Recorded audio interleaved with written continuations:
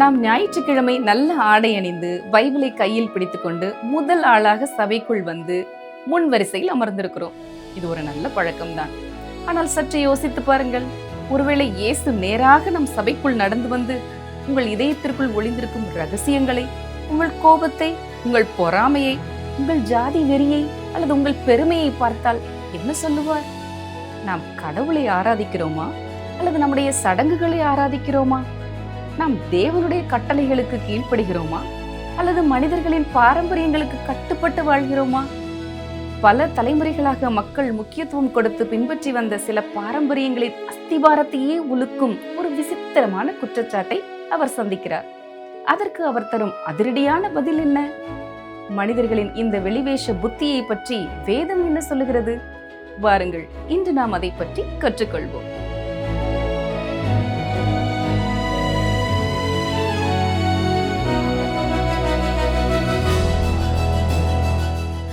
வேத ஆராய்ச்சி நிகழ்ச்சியை ஆவலோடு பார்த்து குறிப்பெடுத்து தேவனை பற்றி அறிந்து வரும் நேயர்களையும், புதிதாக வேதத்தை கற்றுக்கொள்ள வேண்டும் என்ற வாஞ்சியோடு வந்து அமர்ந்திருக்கும் உங்களையும் இயேசு கிறிஸ்துவின் அன்புள்ள நாமத்தினாலே வாழ்த்தி வரவேற்கிறேன். இந்த நாளிலே மார்க்கு 7ஆம் அதிகாரத்தில் பரிசேயர்கள் கண்டிக்கப்படுதல், சீரோபேனிக்கியாசரியின் பிசாசு பிடித்த மகள் மற்றும் தெக்கப்போலில் உள்ள செவிட்டு ஊமையின் குணமாக்கப்படுதல் ஆகியவற்றை அறிந்து கொள்ளப் போகிறோம். இந்த அதிகாரம் மார்க்கு சுவிசேஷத்தின் முக்கிய நோக்கத்தை தொடர்ந்து வெளிப்படுத்துகிறது. கர்த்தராகிய இயேசு தேவனுடைய சித்தத்தை செய்கிற தேவனுடைய ஊழியக்காரனாக இருக்கிறார் என்பதை காண்பிப்பதே இந்த நோக்கமாகும். அவர் செயல்களின் மனிதராக, அதாவது மேன் ஆஃப் ஆக்ஷனாக இருக்கிறார். அக்காலத்து ரோமையர்களுக்கும் ஒரு வேலையை செம்மையாக செய்து முடிக்க வேண்டும் என்று விரும்பும் எந்த ஒரு நபருக்கும் கவரக்கூடிய விதத்திலே அவர் காரியங்களை செய்கிறார். ஒரு இரட்சகராக அவரிடத்தில் இருக்கிற அற்புதமான காரியம் இதுதான். அவரால் ரட்சிக்க முடியும். அவரால் மட்டும்தான் ரட்சிக்க முடியும். பழைய ஏற்பாட்டின் நிறைவிற்கும் புதிய ஏற்பாட்டின் துவக்கத்திற்கும் இடைப்பட்ட காலம் என்பது இஸ்ரவேல் தேசத்தின் வரலாற்றில் மிக முக்கியமான பல மாற்றங்கள் நிகழ்ந்த ஒரு காலகட்டமாகும். அவர்கள் சிறையிருப்பில் இருந்த காலத்திலும் அதன் பின்பு அவர்கள் மீண்டும் தங்கள் சொந்த தேசத்திற்கு திரும்பிய இந்த இடைப்பட்ட காலத்திலும் பழைய ஏற்பாட்டிலே குறிப்பிடப்படாத புதிய பல பிரிவுகளும் கட்சிகளும் தோன்றின. அவர்களே பரிசேயர்கள், சதுசேயர்கள், வேதபாரர்கள் மற்றும் ஏரோதியர்கள். முதலாவதாக வேதபாரர்களை பற்றி நாம் பார்ப்போம். இந்த வேதபாரர்களின் தொடக்கம் மிகவும் நன்மையாகவே இருந்தது. எஸ்ரா என்பவரே ஒரு வேதபாரகராகவும் இந்த குழுவை துவங்கியவராகவும் இருந்தார் என்பது தெளிவு. அவர்கள் நியாயப்பிரமாணத்தை முறைப்படி விளக்கி சொல்கிறவர்களாய் இருந்தார்கள். இருந்தாலும் இயேசு கிறிஸ்துவின் காலத்திற்குள் அவர்கள் நுணுக்கமான வீண் வாதங்களை செய்கிறவர்களாகவும், நியாயப்பிரமாணத்தின் ஆவிக்குரிய நோக்கத்தை விட அதன் எழுத்துப்பூர்வமான சட்டத்திற்கே அதிக முக்கியத்துவம் கொடுப்பவர்களாகவும் மாறி போயிருந்தார்கள்.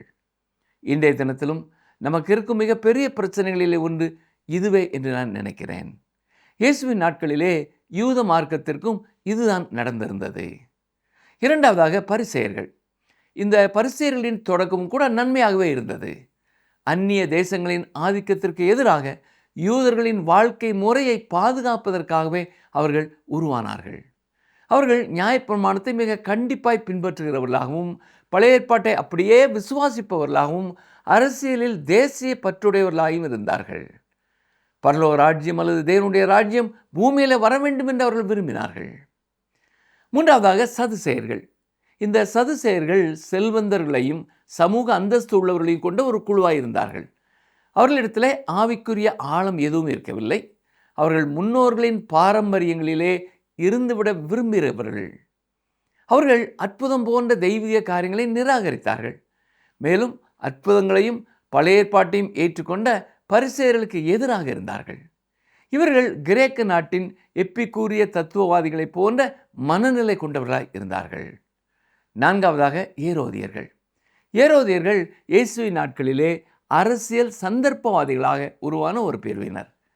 ஏரோது வம்சத்தாரை சிங்காசனத்தில் தொடர்ந்து தக்க வைப்பதற்காகவே இயக்கப்பட்ட ஒரு அரசியல் கட்சியாக இவர்கள் இருந்தார்கள். இந்த வரலாற்று பின்னணி நமக்கு முன்பாக இருக்கும் இந்த சம்பவத்தை நாம் எளிதாக புரிந்து கொள்ள நமக்கு உதவியாய் இருக்கும். பாருங்கள், மார்க்கு 7ஆம் அதிகாரம் 1ஆம் வசனம். எருசலேமிலிருந்து வந்த பரிசேயரும் வேத பாரகரில் சிலரும் அவரிடத்தில் கூடி வந்தார்கள். நம்முடைய கர்த்தர் எந்த அளவிற்கு மக்கள் மத்தியிலே மாபெரும் தாக்கத்தை ஏற்படுத்தியிருந்தார் என்றால், இந்த மனிதர்கள் எருசலேமிலிருந்து ஈர்க்கப்பட்டு அவர் கலிலேயாவிலே ஊழியம் செய்து கொண்டிருந்த இடத்திற்கு தேடி வந்திருப்பதை நீங்கள் பார்க்கலாம். அது மட்டுமல்ல, அவர்கள் யோர்தான் நதியை கடந்து தெக்கப்போலி பகுதிக்கும், அதாவது 10 நகரங்கள் அடங்கிய அந்த பகுதிக்கும் வருவார்கள். அதை நாம் சற்று நேரத்திலே பார்க்க போகிறோம்.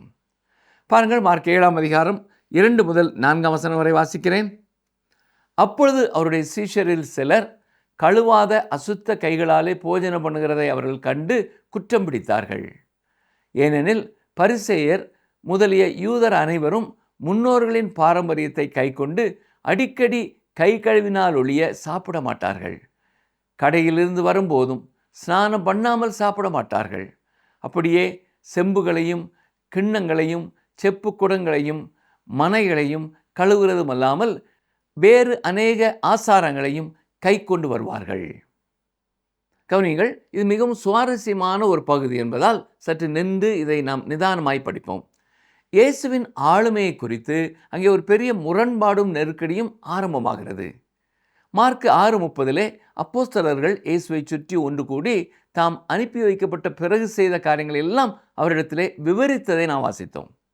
அவர்கள் திரும்பி வந்து அவரிடத்திலே அறிக்கை சமர்ப்பித்தார்கள். ஆனால் இப்பொழுதோ வேதபாரர்களும் பரிசேயர்களும் எருசலேமிலிருந்து வெளியே வந்து அவரை சுற்றி ஒன்று கூடுகிறார்கள். இங்கே கர்த்தராகிய இயேசு கிறிஸ்துவுக்கும் அவருடைய சீஷர்களுக்கும் பரிசேயர்களுக்கும் அவருடைய ஆதரவாளர்களுக்கும் இடையே ஒரு மாபெரும் மோதல் ஏற்படுவது தவிர்க்க முடியாததாகிறது. ஒரு குழு அவரை நேசிக்கிற அவருடைய நண்பர்களாலும் சீஷர்களாலும் ஆனது. இரண்டாவது குழுவோ அவரை அழிக்க துடிக்கிற அவருடைய எதிரிகளை கொண்டது. எல்லா காலங்களிலுமே நிலைமை இப்படித்தான் இருந்திருக்கிறது. அங்கே 2 குழுக்கள் மட்டுமே இருக்கின்றன. ஒன்று அவரை விசுவாசிக்கிறவர்கள், மற்றொன்று அவரை நிராகரிக்கிறவர்கள். தனிப்பட்ட முறையிலே உங்களிடத்திலே கேட்பதானால் நீங்கள் எந்த குழுவிலே இருக்கிறீர்கள்? அதுதான் உங்களுடைய நித்தியத்தை தீர்மானிக்க போகிற மிக முக்கியமான காரியம். நீங்கள் ஒரு சபையிலே உறுப்பினராக இருக்கிறீர்களா அல்லது ஏதேனும் மத சடங்குகளை செய்கிறீர்களா என்பது கேள்வி அல்ல.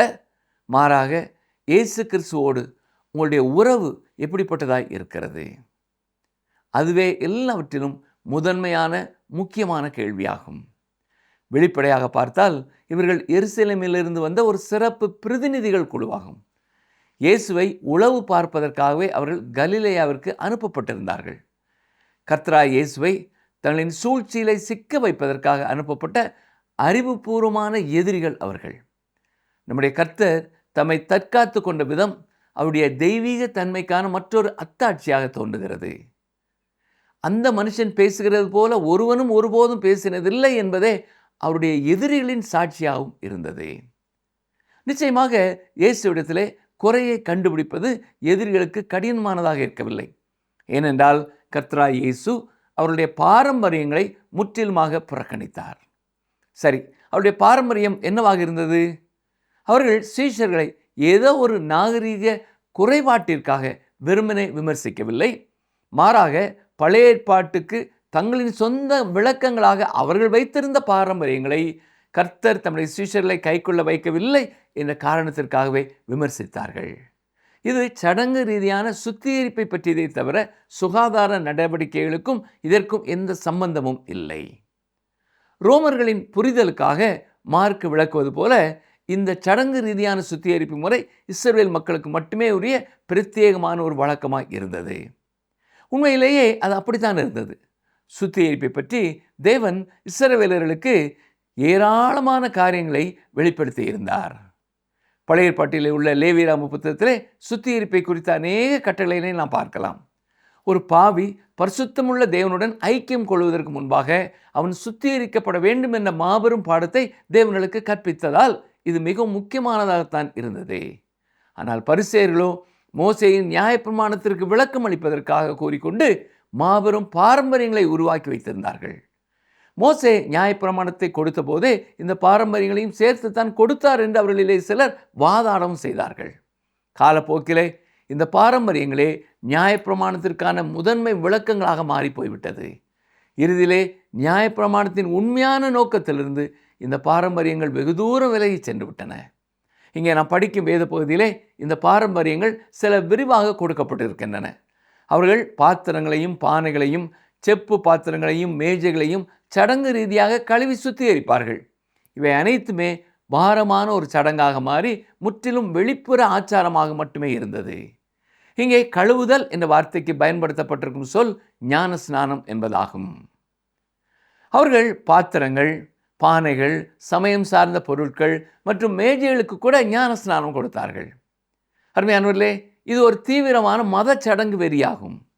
தேவனோடு ஒரு சரியான உறவை ஏற்படுத்திக் கொள்வதற்கு முன்பாக ஒரு மனிதன் தேவனுக்கு முன்பாக சரியான நிலைக்கு வர வேண்டும் என்ற முதன்மை நோக்கத்தையே மறந்து போகும் அளவிற்கு இவர்கள் இந்த மத சடங்குகளே மூழ்கிவிட முடியும் என்பதை நீங்கள் இதிலிருந்தே பார்க்க முடிகிறது. இன்றைய தினத்திலும் நாம் இதே போன்ற காரியங்களை தான் பார்க்கிறோம். நம்முடைய ஒரே கவனமாக இருக்க வேண்டிய கர்த்தராகிய இயேசு கிறிஸ்துவின் ஆளுமையை விட்டுவிட்டு அநேகர் மத கோட்பாடுகளையும் சடங்குகளையும் பற்றி விவாதித்துக் கொண்டிருக்கிறார்கள். சரி, இப்பொழுது நாம் தொடர்ந்து வாசிப்போம். மார்க் 7ஆம் அதிகாரம் 5ஆம் வசனம். அப்பொழுது அந்த பரிசேயரும் வேதபாரகரும் அவரை நோக்கி, உம்முடைய சீஷர்கள் முன்னோர்களின் பாரம்பரியத்தை மீறி ஏன் கை கழுவாமல் சாப்பிடுகிறார்கள் என்று கேட்டார்கள். அவர்கள் இயேசுவின் சீஷர்களுக்கு எதிராக சாட்டிய இந்த குற்றச்சாட்டு உண்மையில் நேரடியாக இயேசுவுக்கு எதிராகவே சாட்டப்பட்ட குற்றச்சாட்டாகும். ஏனென்றால் இவர்கள் அவருடைய சீஷர்களாய் இருந்தார்கள். இப்பொழுது நம்முடைய கர்த்தர் அவர்களை எவ்வாறு கையாளுகிறார் என்பதை கவனியுங்கள். அவர் அவர்களிடத்திலே எந்தவித மென்மையையும் காட்டவில்லை. கவனியுங்கள், வாசிக்கிறேன். மார்க் 7ஆம் அதிகாரம் 6ஆம் 7ஆம் வசனங்கள். அவர்களுக்கு அவர் பிரதியுத்தரமாக, இந்த ஜனங்கள் தங்கள் உதடுகளினால் என்னை கனம் பண்ணுகிறார்கள், அவர்கள் இருதயமோ எனக்கு தூரமாய் விலகி இருக்கிறது என்றும், மனுஷருடைய கற்பனைகளை உபதேசங்களாக போதித்து வீணாய் எனக்கு ஆராதனை செய்கிறார்கள் என்றும் எழுதியிருக்கிற பிரகாரம் மாயக்காரராகிய உங்களை குறித்து ஏசாயா நன்றாய் தீர்க்க தரிசனம் சொல்லியிருக்கிறான். கவனியுங்கள், அவர் மென்மையாக பேசினார் என்று நான் சொல்ல மாட்டேன். மாயக்காரன் என்பவன் ஒரு கதாபாத்திரத்தில் நடிப்பவன் மட்டுமே. நாடக மேடை நடிகர்களுக்காக பயன்படுத்தப்பட்ட ஒரு வார்த்தை இது. அவர்கள் எந்த ஒரு உண்மையான அனுபவமும் இல்லாமல் ஒரு மத சடங்கை மட்டுமே செய்து கொண்டிருந்தார்கள். அவருடைய உதடுகளும் இருதயமும் இரண்டு வெவ்வேறான மனிதர்களுக்கு சொந்தமானது போல இருந்தன. ஒரு வித்தைக்காரனின் மடியிலே இருக்கும் ஒரு மர பொம்மைக்கு இருக்கும் அனுபவத்தை விட மேலான இருதய அனுபவம் எதுவும் அவர்களிடத்தில் இல்லை. என் சத்தத்தை கேட்டுக்கொண்டிருக்கிற எனக்கு அருமையான சகோதரனே, அருமையான சகோதரியே, இன்றைய தினத்திலும் சபைகளில் வெறும் சடங்குகளை மட்டுமே செய்து கொண்டிருக்கும் மனிதர்கள் அநேகர் இருக்கிறார்கள். அது உண்மையானதாக இருக்க வேண்டுமானால் அதில் நம்முடைய இருதயம் ஈடுபட வேண்டும். பவுல் எழுதியிருக்கிறதை கொஞ்சம் கவனியுங்கள், வாசிக்கிறேன். ரோமர் 10ஆம் அதிகாரம் 9ஆம் 10ஆம் வசனங்கள். கர்த்தராய் இயேசுவை உன் வாயினாலே அறிக்கையிட்டு தேவன் அவரை மரித்தோரிலிருந்து எழுப்பினார் என்று உன் இருதயத்திலே விசுவாசித்தால் ரட்சிக்கப்படுவாய். நீதி உண்டாக இருதயத்திலே விசுவாசிக்கப்படும், ரட்சிப்புண்டாக வாயினாலே அறிக்கை பண்ணப்படும். மக்கள் இன்றைக்கு விசுவாச பிரமாணங்கள், சபை அறிக்கைகள், பொது ஆராதனை, ஆடை அலங்காரம் மற்றும் பிரிந்திருத்தல் போன்ற காரியங்களிலே தீவிரமாக ஈடுபடுகிறார்கள். இவை அனைத்துமே கர்த்தராகிய இயேசு கிறிஸ்துவுடனான நேரடி மற்றும் தனிப்பட்ட உறவாக இல்லாமல் வெறும் பாரம்பரிய ஆச்சாரங்களாக மட்டுமே மாறிப்போக வாய்ப்பு இருக்கிறது. இன்னும் சில சபைகளிலே வேத வசனம் பிரசங்கிக்கப்படும் நேரத்தை காட்டிலும் அதிகமான நேரம் வரவு செலவு கணக்கு வாசிப்பதிலும் மற்ற அறிவிப்புகளிலுமே கடந்து சென்று விடுகிறது. அதுவும் கர்த்தருடைய வசனம் பிரசங்கிக்கப்பட்ட பிறகு இப்படிப்பட்ட காரியங்கள் பேசப்படுவதால் மக்கள் இருதயத்திலே விழுந்த வேத வசனங்களை பிசாசானவன் எடுத்து செல்லும் நேரமாக அந்த நேரம் மாறிவிடுகிறது. தேவனுடைய வார்த்தைக்கு பதிலாக மனிதர்களுடைய உலக காரியங்களுக்கு முக்கியத்துவம் கொடுக்கப்படுவதால் அந்த ஆராதனை வீணானதாகவே இருக்கிறது. எனவே இப்பொழுது நாம் இந்த விஷயத்தின் மிக முக்கியமான மைய பகுதிக்கு வருகிறோம். கவனியுங்கள், மார்க் 7ஆம் அதிகாரம் 8ஆம் 9ஆம் வசனங்கள். நீங்கள் தேவனுடைய கட்டளையை தள்ளிவிட்டு மனுஷருடைய பாரம்பரியத்தை கை கொண்டு வருகிறவர்களாய் கிண்ணங்களையும் செம்புகளையும் கழுவுகிறீர்கள் மற்றும் இப்படிப்பட்ட அநேக சடங்குகளையும் அனுசரித்து வருகிறீர்கள் என்றார்.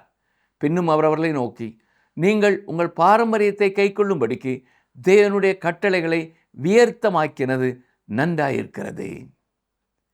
இங்கே முழுமையான முக்கிய பிரச்சனை இதுதான்.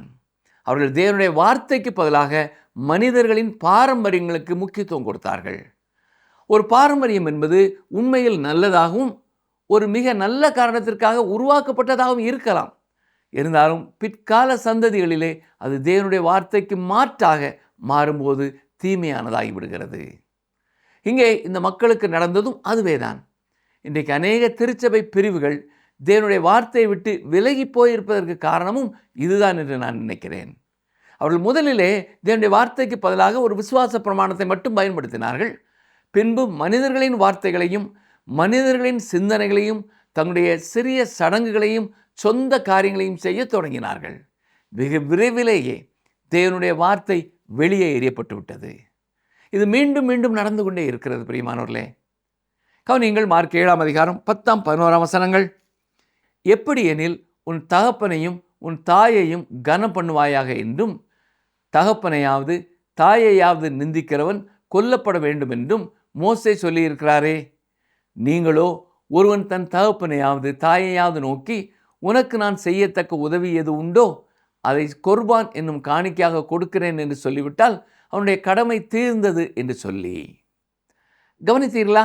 இப்பொழுது அவர்கள் என்ன செய்து கொண்டிருந்தார்கள் என்பதற்கு இயேசு அவர்களுக்கு ஒரு உதாரணத்தை தான் கொடுக்கிறார். மோசே நியாயப்பிரமாணத்திலே அவர்கள் தங்களுடைய தகப்பனையும் தாயும் கனம் பண்ண வேண்டும் என்று கூறியிருந்தார். ஆனால் அவருடைய பாரம்பரியமோ பெற்றோருக்கான பொறுப்பிலிருந்து தப்பித்து கொள்ள அவர்களுக்கு அனுமதி கொடுத்தது. ஒருவன் வயதானவர்களும் தேவையுள்ளவர்களுமான தன் தாய் தகப்பனுக்கு உதவ விரும்பவில்லை என்றால் அவன் தன் சொத்துக்களை தேவாலயத்தின் ஆசாரியருக்கு நேர்ந்தளித்து விடுவான். அது கொர்பான் என்று அழைக்கப்பட்டது. அதன் பொருள் தேவனுக்கு கொடுக்கப்படும் காணிக்கை என்பதாகும். அந்த மனிதன் மரிக்கும் போது அவனுடைய சொத்துக்கள் அனைத்தும் தேவாலயத்திற்கு சென்றுவிடும். இதன் மூலம் அவன் தன் பெற்றோரை காக்க வேண்டிய பொறுப்பிலிருந்து விடுவிக்கப்பட்டான். தொடர்ந்து பாருங்கள். மார்க் 7 அதிகாரம் 12-13 வசனங்கள். அவனை இனி தன் தகப்பனுக்காவது தன் தாய்க்காவது யாதொரு உதவியும் செய்ய ஒட்டாமல் நீங்கள் போதித்த உங்கள் பாரம்பரியத்தினால் தேவ வசனத்தை அவமாக்குகிறீர்கள். இதுபோலவே நீங்கள் மற்றும் அநேக காரியங்களையும் செய்கிறீர்கள் என்று சொன்னார். பெற்றோரை கனம் பண்ண வேண்டும் என்ற தேவனுடைய நியாயப்பிரமாணத்தின் முதன்மை நோக்கத்திற்கு முற்றிலும் மாறாகவும் அதை நேரடியாக மீறுவதாகவும் இந்த பாரம்பரியம் தீமையானதாக இருந்தது என்று இயேசு கூறுகிறார். இன்றைய தினத்திலும் தங்களை கவரும் எந்த ஒரு குழுவிற்கோ அல்லது நிறுவனத்திற்கோ மக்கள் நிதி அளிப்பதிலே ஒரு பெரிய ஆபத்து இருக்கிறது. மக்கள் தங்களுடைய அமைப்புகளுக்கு நிதி கொடுக்க வேண்டும் என்பதற்காக பல வழிகளிலும் ஆட்களை இறங்கி தேடி அலையும் ஆயிரக்கணக்கான கிறிஸ்தவ நிறுவனங்கள் இன்றைக்கு இருக்கின்றன. இதிலே ஒரு கடுமையான ஆபத்தும் அடங்கியிருக்கிறது. மக்கள் நிறைவேற்ற வேண்டிய சில தனிப்பட்ட முதன்மை பொறுப்புகள் நிச்சயமாக இருக்கின்றன. நமக்கு முன்பாக இருக்கும் இந்த வேத பகுதியை நாம் தொடர்ந்து வாசிக்கும் பொழுது அவர் இதை விரிவாக விளக்குவதை பார்க்கலாம். கவனிங்கள், வாசிக்கிறேன். மார்க் 7 அதிகாரம் 14-15 வசனங்கள். பின்பு அவர் ஜனங்கள் எல்லாரையும் வரவழைத்து அவர்களை நோக்கி, நீங்கள் எல்லாரும் எனக்கு செவி கொடுத்து உணருங்கள். மனுஷனுக்கு புறம்பே இருந்து அவனுக்குள்ளே போகிறதொன்றும் அவனை தீட்டுப்படுத்த மாட்டாது. அவன் உள்ளத்திலிருந்து புறப்படுகிறவைகளே அவனை தீட்டுப்படுத்தும். வெளியரங்கமான காரியங்களுக்கும் அந்தரங்கமான காரியங்களுக்கும் இடையே உள்ள வித்தியாசத்தை அவர் தெளிவுபடுத்தி எது உண்மையானது என்பதை சுட்டி காட்டுகிறார். ஒரு தைலத்தை பூசுவது போல மேலெழுந்த வாரியாக பூசிக்கொள்ளும் ஒன்றல்ல சமயம் என்பதை அவர் இங்கே சுட்டி காட்டுகிறார். அது நீங்கள் உண்பது அல்லது உண்ணாமல் தவிர்ப்பது சார்ந்த விஷயம் அல்ல. அதன் பின்னர் அவர் வீட்டிற்குள்ளே சென்றார் என்பதையும் அவருடைய சீஷர்கள் அவரிடத்திலே வந்து அந்த ஓமையை பற்றி அவரிடத்தில் கேட்டார்கள் என்பதையும் நீங்கள் கவனிக்கலாம். மார்க் 7 அதிகாரம் 18-20 வரை பாருங்கள். அதற்கு அவர், நீங்களும் இவ்வளவு உணர்வில்லாதவர்களா? புறம்பே இருந்து மனுஷனுக்குள்ளே போகிறதொன்றும் அவனை தீட்டுப்படுத்த மாட்டாதென்று நீங்கள் அறிந்து கொள்ளவில்லையா? அது அவன் இருதயத்தில் போகாமல் வயிற்றிலே போகிறது.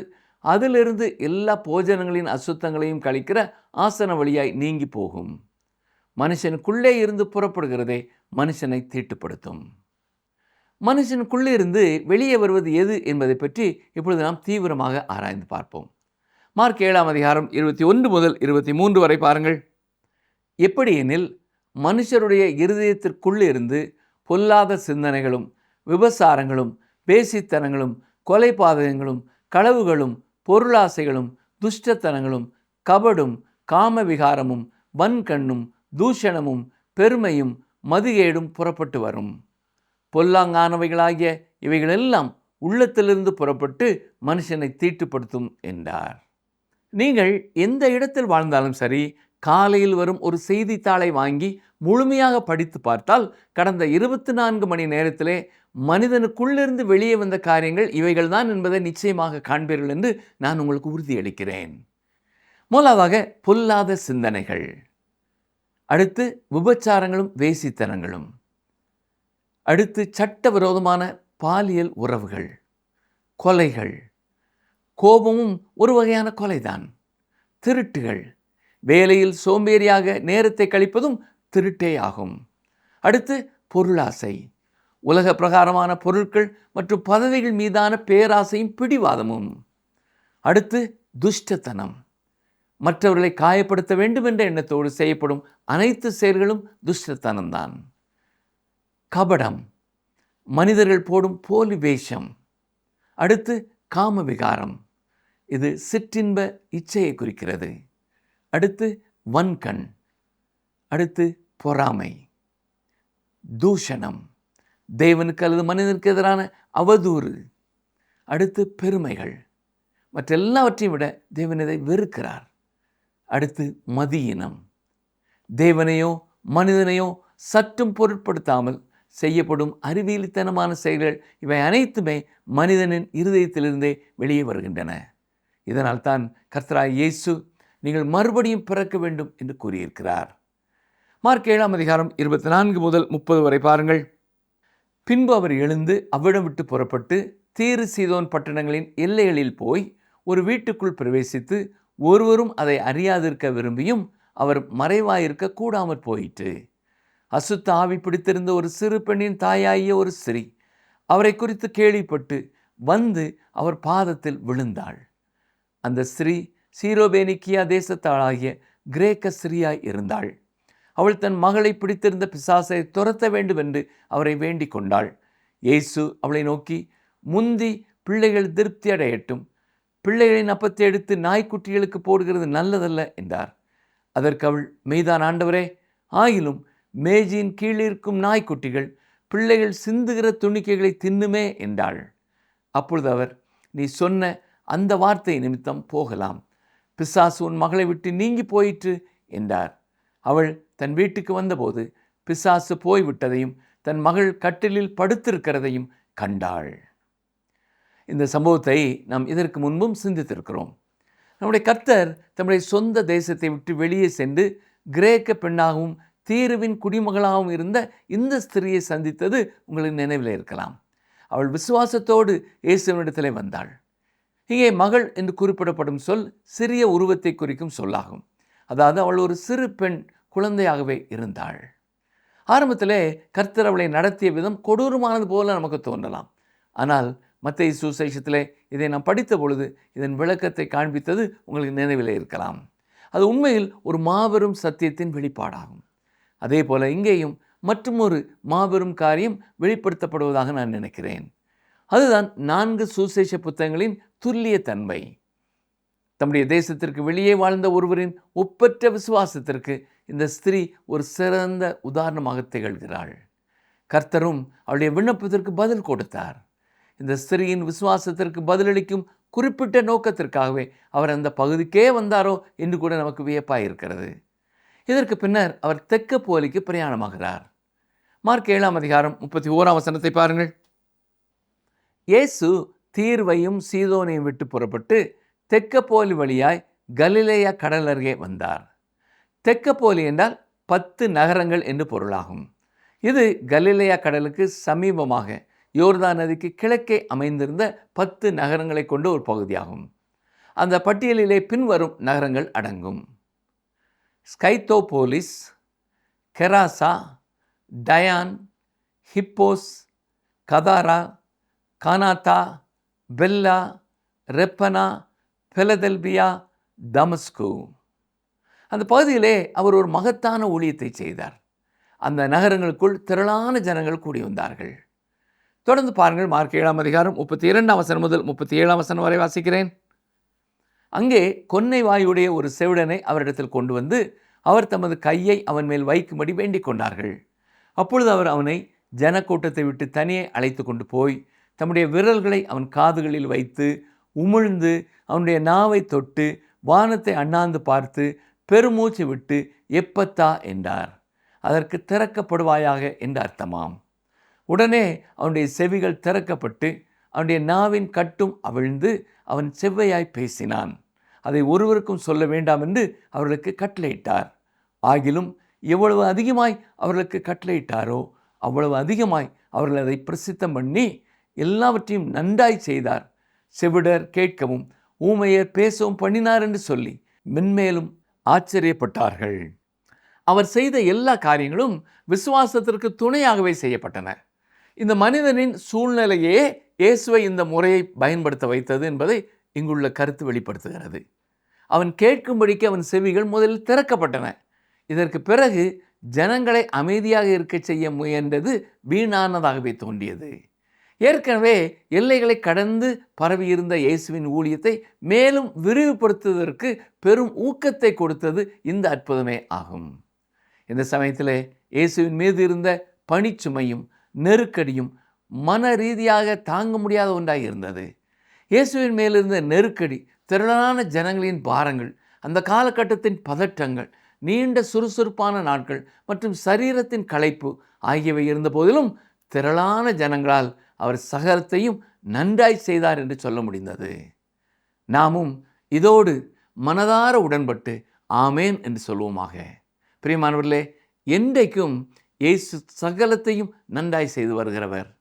உங்கள் வாழ்க்கையிலையும் அவர் இன்றும் சகலத்தையும் அதனதன் காலத்திலே நேர்த்தியாய் செய்து முடிப்பார். கர்த்தர் எனக்காக யாவையும் செய்து முடிப்பார் என்று அனுதினமும் கூறி உங்கள் விசுவாச வாழ்க்கையிலே வளர்ச்சி அடையுங்கள். கர்த்தர் தாமே உங்களை ஆசீர்வதிப்பாராக. ஆமென்.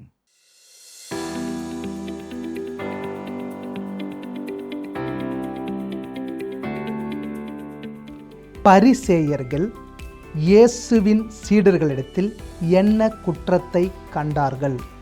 பரிசேயர்கள் இயேசுவின் சீடர்களிடத்தில் என்ன குற்றத்தை கண்டார்கள்? ஆப்ஷன் ஏ, ஓய்வு நாளில் வேலை செய்தது.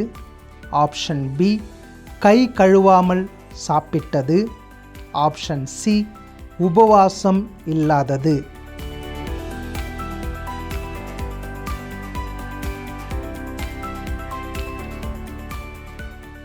நம்முடைய வெளிப்புற சடங்குகளையும் சம்பிரதாயங்களையும் கடவுள் பார்ப்பதில்லை.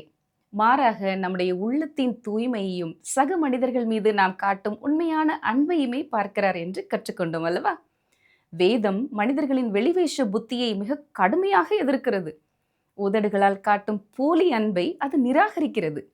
எனவே நாம் அணிந்திருக்கும் பக்தி என்ற முகமூடியை கழற்றி எறிந்துவிட்டு நம்முடைய சடங்குகளும் பாரம்பரியங்களும் சக மனிதனை நேசிப்பதற்கும் தேவனுடைய கட்டளைகளுக்கு கீழ்ப்படிவதற்கும் தடையாக இருக்கிறதா என்று நம் இதயங்களை ஒரு நிமிடம் பரிசோதித்து பார்க்க வேண்டும்.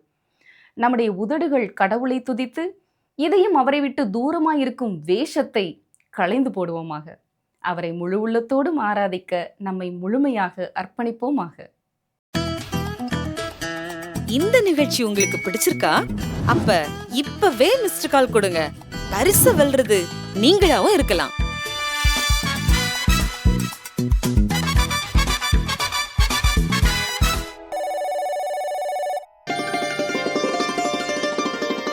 பயப்படாதே, நீ வெட்கப்படுவதில்லை.